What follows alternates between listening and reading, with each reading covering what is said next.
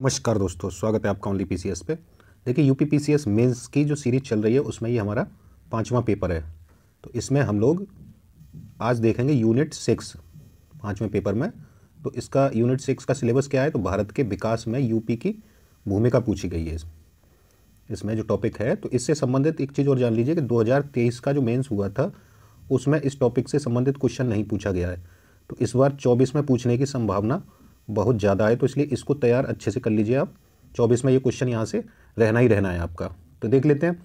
अब देखिए, ये क्वेश्चन ये पूर्वी यूपी पे पूछा था, तो पहले इसको देख लेते हैं क्योंकि लिखने के लिए ये आपका दोबारा रिपीट हो सकता है। पूर्वी यूपी की समस्याएं क्या क्या हैं, कैसे क्या वहाँ का प्रॉब्लम है, तो इन सब के कारण वो देखते हैं पूर्वी यूपी के बारे में। तो इसमें देखिए, पहले तो परिचय देना पड़ेगा पूर्वी यूपी का आपको। तो परिचय में आप डाल सकते हैं कि पूर्वी यूपी में कितने 8 मंडल आते हैं और 28 जिले आते हैं। और मैप पे आप शो कर दीजिए जो 4 आर्थिक संभागों में यूपी को बांटा गया है, पश्चिमी यूपी, पूर्वी यूपी, मध्य यूपी और बुंदेलखंड का क्षेत्र। तो उसमें आप इसको दिखा सकते हैं बाई मैप। तो उससे आंसर आपका बढ़िया हो जाएगा। और इसमें देखते हैं आगे, विकास में बाधक कारण कौन कौन से हैं इसके विकास में, पूर्वी यूपी के विकास में, क्योंकि ये क्वेश्चन रहेगा तो आपका पूर्वी यूपी के विकास पे फोकस है। तो इसमें कुछ जैसे हम डायमेंशन में बांट सकते हैं, सामाजिक, आर्थिक, राजनीतिक। तो इस तरीके से देखते हैं इसमें सामाजिक कारण कौन कौन से हैं बाधक में। तो इसमें देखिए, संरचनात्मक कारण है, शैक्षणिक पिछड़ापन है, धार्मिक भी तत्व हैं ऐसे जो कि इसको पीछे खींचते हैं, बाधक तत्व हैं, जातिगत भेदभाव भी है। अब इनमें लिखना क्या है? जैसे संरचनात्मक आपका पूछा जाए तो आपको डालना ही ये चीज़ें कि देखिए, कृषि भूमि है, उस पर कुछ ही व्यक्तियों का आधिपत्य है, संरचनात्मक इसके कारण में देखेंगे तो। और शिक्षा के क्षेत्र में ये अन्य संभागों की अपेक्षा पिछड़ा हुआ है, ठीक है। और ये चीज़ें आपका शिक्षा में निवेश भी यहाँ पे बहुत कम होता है। तो ये चीज़ें आप डाल सकते हैं। और भी आप हैं जानते पॉइंट तो इनमें और भी डाले जा सकते हैं। आगे देखते हैं, इसमें सामाजिक में ये डाल दीजिए आर्थिक में क्या क्या बाधक कारण हैं। तो आर्थिक में देखिए, हरित क्रांति का प्रभाव यहाँ पे बहुत कम देखा जा सकता है और उद्योगों का अभाव है यहाँ पे, और निजी निवेश की भी कमी है, पर्यटन का विकास धीमा है, यहाँ जनघनत्व बहुत अधिक है बाकी की अपेक्षा, जितने 4 संभाग 3 हैं उनसे यहाँ जनघनत्व भी अधिक है। तो इसलिए ये बाधक कारण हैं जो कि यूपी के पूर्वी यूपी के विकास में बाधा डालते हैं। कुछ राजनीतिक कारण भी हैं, ठीक है, कुछ राजनीतिक हैं। आर्थिक में देखिए कुछ और चीज़ें वो भी डाल सकते हैं, जैसे बड़े उद्योग नहीं है, वहाँ पे कमी है, रोजगार का संकट है, पर्यटन में ये सब बताई दिया है आपको ये चीज़ें। और राजनीतिक में देखते हैं, राजनीतिक में कौन कौन से हैं। तो सरकारों की उदासीनता भी इसमें पॉइंट है कि सरकारों की उदासीनता रही है, पूर्वी यूपी पर फोकस नहीं रहा है अब तक, लेकिन वर्तमान सरकार के अच्छे प्रयास हैं उनको आप दिखा सकते हैं इसमें आगे प्रयासों में। दलगत राजनीति रही है, दबाव समूहों में एक मत न होना, ठीक है, और क्षेत्रीय विभाजन भी देखने को मिलता है। तो ये कारण है। कुछ अन्य कारण हैं जिनमें आप डाल सकते हैं, जैसे कृषि भूमि पर ये बता ही चुके, कृषि भूमि पर कुछ ही व्यक्तियों का आधिपत्य है, शिक्षा के क्षेत्र में निजी निवेश का अभाव, बड़े उद्योग नगण्य है। तो ये चीज़ें भी आप यहाँ डाले जा सकते हैं पूर्वी यूपी से संबंधित। अब इसमें क्या क्या आगे देखिए, क्वेश्चन में पूछा हो या ना पूछा हो, उसके लिए जैसे क्वेश्चन में आपको कारण पूछ लिए, बाधक कारण, और साथ ही आपको अगर ये नहीं पूछा है उपचारात्मक कदम वगैरह, तो ये आपको अपनी तरफ से तब भी आंसर में डालने रहेंगे कि क्या क्या आगे प्रयास किए जा सकते हैं इन समस्याओं के निवारण के लिए। तो ये आंसर में पूछा हो या ना पूछा हो, आपको कुछ लिख देने हैं उसमें। जैसे इसमें क्या, औद्योगिकरण को बढ़ावा दिया जाए जिससे रोजगार सृजन होगा, एमएसएमई की जो संभावनाओं के दोहन हेतु उद्योगों का क्लस्टर स्थापित किया जाए, क्षेत्रीय कनेक्टिविटी में सुधार किया जाए, निर्यात सुविधा केंद्रों की स्थापना की जाए जैसे कृषि इत्यादि के लिए, और लघु उद्योगों के लिए निर्यात सुविधा केंद्र बनाए जाएं जिससे कि इसका विकास संभव हो सके, ठीक। और यूपी के बारे में जैसे भी आता है, अब यूपी का योगदान देखते हैं हम लोग क्या क्या है भारत के विकास में। तो देखिए, यूपी के बारे में बेसिक नॉलेज आपको होगी ही, क्योंकि प्री अगर आपका अच्छा है, प्री पास करके जाएंगे यहाँ पे। तो जैसे यूपी की जनसंख्या कितनी है कि लगभग बजट के अनुसार 24 करोड़ जनसंख्या यूपी में निवास करती है। और आप जीडीपी में योगदान दिखा सकते हैं, जैसे 8% योगदान है जीडीपी में। तो इंट्रो में आप ये चीज़ें डाल के अपने शुरुआत कर सकते हैं। जनसंख्या कितनी है, भारत का सबसे बड़ा जनसंख्या वाला राज्य है ना, और इसका क्षेत्रफल कितना है, तो 7.33 क्षेत्रफल है। तो इन चीज़ों को आप डाल के अपने आंसर की शुरुआत ये कर सकते हैं, ठीक। हाँ, तो इसमें यूपी का योगदान देखते हैं, तो योगदान को भी हम बांट लेते हैं, आर्थिक, राजनीतिक और जो डायमेंशन है आपकी, उन्हीं के तहत ये भी आंसर आपका लिखा जाएगा। और इससे संबंधित क्वेश्चन भी आपको आगे दिए जाएंगे, तो वीडियो को पूरा देखिए। तो उनको भी आपको क्या करना है, लिख के क्वेश्चन आपको जो उसका व्हाट्सअप का लिंक आपको नीचे दिया जाएगा, उसको आप ज्वाइन कर लीजिए, जिस पे आप आंसर लिख के भेज सकते हैं, आपको जल्दी ही उनका रिप्लाई मिल जाएगा, ठीक। आर्थिक देखिए क्या क्या है योगदान। तो अनेक राज्यों एवं नगरों को श्रम बल की आपूर्ति की जाती है यूपी के द्वारा। भारत की जीडीपी में 8% का योगदान है, यानी अब ये महाराष्ट्र के बाद दूसरा सबसे बड़ा योगदान करता है जीडीपी में भारत की में। पहले तीसरे पे था तो तमिलनाडु को पीछे छोड़ के अब दूसरे पे आ गया यूपी। इस बार बजट में आपने पढ़ाई होगा, खाद्यान्न, आलू, गन्ना और जैसे आम वगैरह फलों में इत्यादि का सर्वाधिक उत्पादन यूपी में होता है, तो सबसे ज़्यादा योगदान है।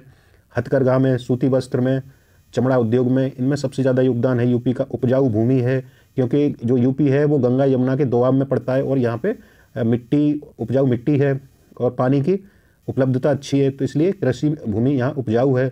और कितनी क्या है वो आप डाल सकते हैं, आंकड़े आगे मिल जाएंगे आपको, तो कैसे क्या है वो आंकड़ों के साथ आप इसको प्रूव कर सकते हैं। जो नेशनल हाईवे हैं वो एक्सप्रेस वे हैं, उनका लंबा जाल बिछा हुआ है यूपी में, तो इसमें भी आप देख सकते हैं कि बहुत बड़ा योगदान है यूपी में, यूपी का आर्थिक, भारत के आर्थिक विकास में। पर्यटन क्षेत्र हैं यूपी में बहुत सारे, और नए नए सर्किट बनाए जा रहे हैं। जैसे पर्यटन में देखा था हमने क्या क्या सर्किट बनाए गए हैं, और पर्यटन में देखिए आगरा प्रसिद्ध है, काशी है, मथुरा है, अयोध्या है, वाराणसी है, जैसी चीज ये जगह आप डाल सकते हैं इसमें पर्यटन में। और 5 अंतर्राष्ट्रीय एयरपोर्ट हैं और एक राष्ट्रीय जलमार्ग भी है। ठीक है, हल्दिया से, हाँ इलाहाबाद से हल्दिया के बीच में ये जलमार्ग यूपी से गुजरता है। अब राजनीतिक योगदान देख लीजिए क्या क्या है। तो देश की नौकरशाही में सर्वाधिक आपूर्ति उत्तर प्रदेश से होती है, और राजनीतिक चेतना उत्पन्न करने में भी यूपी का योगदान है। अनेक महत्वपूर्ण शासकों व नेताओं की जन्मभूमि रहा है ये। और लोकसभा में कितनी 80 सर्वाधिक 80 सीटों और राज्यसभाओं में भी सर्वाधिक 31 सीटों का सदस्यों की आपूर्ति की जाती है उत्तर प्रदेश के द्वारा। आगे देखते हैं, आगे है इसमें स्वतंत्रता संग्राम में डाल सकते हैं आप इसके क्या क्या योगदान था। मेरठ, लखनऊ, इलाहाबाद में यहाँ पे नेतृत्व जो हुआ था, तो स्वतंत्रता संग्राम में भी, क्रांतिकारी आंदोलन में भी डाल दीजिए कुछ पॉइंट, जैसे क्रांतिकारी काकोरी षड्यंत्र हुआ, चोरी चोरा की घटना हुई, ये आदि आप डाल सकते हैं। नेक्स्ट है इसमें सामाजिक, धार्मिक, सांस्कृतिक योगदान क्या क्या है उत्तर प्रदेश का। तो लगभग यहाँ पे 24 करोड़ जनसंख्या का आश्रय स्थल प्रदान करता है यूपी। अनेक धार्मिक स्थलों की जन्म भूमि है ये, जैसे काशी, मथुरा, ये हम देख ही चुके हैं। और आगे है शास्त्रीय नृत्य। कौन सा शास्त्रीय नृत्य? कथक और नौटंकी, कजरी, बिरहा आदि जैसे कितने ये आपके यूपी से संबंधित हैं। और प्रयागराज में महाकुंभ, ये आप डाल सकते हैं सांस्कृतिक योगदान में, इसका बड़ा महत्व है। शिक्षा, साइंस टेक एवं सुरक्षा में योगदान यूपी का क्या है, तो इसमें आप देखिए पॉइंटों में 6 कृषि विश्वविद्यालय हैं शिक्षा के तहत, और 31 राज्य विश्वविद्यालय, कुल 74 विश्वविद्यालय यूपी में हैं ये इस तरीके के। तो शिक्षा में इसका योगदान है। कानपुर, वाराणसी में देखेंगे IIT और IIIT, MNIT ये देखेंगे आप प्रयागराज में। सुरक्षा बलों को जवानों की आपूर्ति सब सर्वाधिक यूपी से होती है। रक्षा उपकरणों में बुंदेलखंड में क्या बनाया जा रहा है, रक्षा औद्योगिक गलियारा बनाया जा रहा है। तो ये इससे क्या होगा कि देश की सुरक्षा के लिए हथियारों की आपूर्ति की जाएगी, यहाँ से निर्माण होगा, तो वो योगदान रहेगा यूपी का। यूपी क्या भारत के ग्रोथ इंजन की भूमिका में जल्दी ही आ जाएगा, और ये इसके लिए पृष्ठभूमि तैयार की जा रही है। ठीक है, और निभा भी रहा है ग्रोथ इंजन की भूमिका में, क्योंकि 2nd नंबर पे जीडीपी में आ चुका है। अन्य योगदान देख लीजिए, जैसे भारतीय राष्ट्रीय कांग्रेस के कुल 9 अधिवेशन यूपी में हुए हैं अब तक। कुल 15 PM ऐसे हुए हैं, 15 PM हुए हैं अब तक, जिनमें से 7 की जन्मभूमि कहाँ है, यूपी है। कितने? 7 की। और मोदी और अटल जी का कार्य क्षेत्र भी यूपी ही है। ठीक है, सर्वाधिक नौकरशाही की आपूर्ति यूपी करता है। कानून निर्माण में भी भूमिका है, क्योंकि यहाँ सर्वाधिक सीटें हैं, सबसे ज़्यादा सदस्य लोकसभा राज्यसभा के लिए चुन के जाते हैं, तो कानून निर्माण में भी यूपी की महत्वपूर्ण भूमिका है। सर्वाधिक प्रशासनिक अधिकारी कार्यरत हैं, सर्वाधिक जिले हैं 75, तो ये भी आपको अन्य योगदान डाल सकते हैं, और भी आपके जो पास हो उनको भी लिख सकते हैं इसमें। तो ये योगदान है। आगे देखते हैं कृषि क्षेत्र के विकास में यूपी का भूमिका क्या है या योगदान क्या है। तो देखिए कृषि क्षेत्र में 188 लाख हेक्टेयर कृषि योग्य भूमि है उत्तर प्रदेश के पास, और इसमें से भी 166 लाख यानी 69% पर कृषि कार्य होता है वर्तमान में, और लगभग 65% जनसंख्या किस पे, कृषि में कार्यरत है। कितनी? 65%। और सर्वाधिक खाद्यान्न उत्पादन में यूपी सर्वाधिक खाद्यान्न उत्पादन करता है, कितना? 21%। और पशुधन, कुक्कुट को छोड़ के पशुधन में पहला स्थान है। ये 20वीं पशु गणना के आधार पे ये दिया गया डेटा 2019 में जो हुई थी, 2019 की 20वीं पशुगण जनगणना। तो ये पशुधन में कुक्कुट को छोड़ के। दुग्ध उत्पादन में पहला स्थान है। 6 कृषि विश्वविद्यालय हैं, जिसमें एक केंद्रीय विश्वविद्यालय भी है यूपी में, झांसी वाला। और इसमें 73 जिलों में कृषि विज्ञान केंद्रों की स्थापना की गई है। वाराणसी में एक देखेंगे तो अंतर्राष्ट्रीय धान अनुसंधान केंद्र भी है। पीएम किसान निधि में उत्तर प्रदेश का प्रथम स्थान है। और लगभग 75,000 किलोमीटर नहर प्रणाली का विकास उत्तर प्रदेश में हुआ है। चकबंदी एवं जोतबंदी में भी उत्तर प्रदेश का महत्वपूर्ण भूमिका निभाई है उत्तर प्रदेश ने। तो ये आपके पॉइंट हैं। बाकी और देख लेते हैं कुछ चीज़ें, कुछ समस्याएं भी हैं यूपी की, कृषि क्षेत्र की कुछ समस्याएं हैं, उनको देख लेते हैं। जैसे उर्वरक का असंतुलित प्रयोग या उपयोग, ठीक है। जोत का आकार छोटा जोत का आकार है।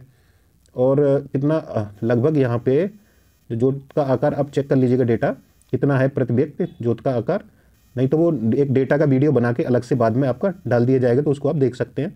वित्त की कमी है यूपी में और कृषि क्षेत्र में। विपणन की समस्या है, परिवहन की समस्या है, आधुनिक तकनीकों के उपयोग में कमी है, यानी अपनाने में भी कमी देखी गई है, इच्छा शक्ति की कमी है। और अधिकांश क्षेत्रों में सिंचाई की समुचित व्यवस्था का न होना, ये भी एक समस्या है। तो और भी आपके पास पॉइंट हो यहाँ डाल सकते हैं, बाकी इतने ही पॉइंट आप एग्जाम में लिख पाएंगे। आगे देखते हैं, अगला है, इसमें देखिए 2 क्वेश्चन आपको लिखने हैं। तो भारत के विकास में सीधा सीधा एक तो इसी के आधारित है, भारत के विकास में उत्तर प्रदेश का योगदान को बताइए या टिप्पणी करिए। तो पहला क्वेश्चन आपको ये देना है। दूसरा है भारत के आर्थिक विकास में उत्तर प्रदेश का योगदान। आर्थिक विकास में केवल देना है कि क्या उत्तर प्रदेश का योगदान है। तो ये दोनों क्वेश्चन आपको लिख के क्या करना है, नीचे लिंक दिया गया है ग्रुप का, तो उसको ज्वाइन करके उस पर भेजने हैं आपको, ठीक है। कुछ और चीज़ें हैं वो देख लेते हैं इसमें। आज़ादी से पूर्व, हालांकि ये जो पार्ट है आपका हिस्ट्री से भी आ जाता है, इसलिए आप इसको थोड़ा सा यहाँ देख लीजिए, आप डाल सकते हैं। आज़ादी से पूर्व भारत के राजनीतिक एवं प्रशासनिक विकास में यूपी की क्या भूमिका रही है। तो देखिए एक क्रम से बता देंगे इतिहास में। जनपद काल में 8 महाजनपद थे, ठीक है। बौद्ध ग्रंथ अंगुत्तर निकाय और भगवती ग्रंथ है, भगवती सूत्र जैन ग्रंथ, इससे पता चलता है।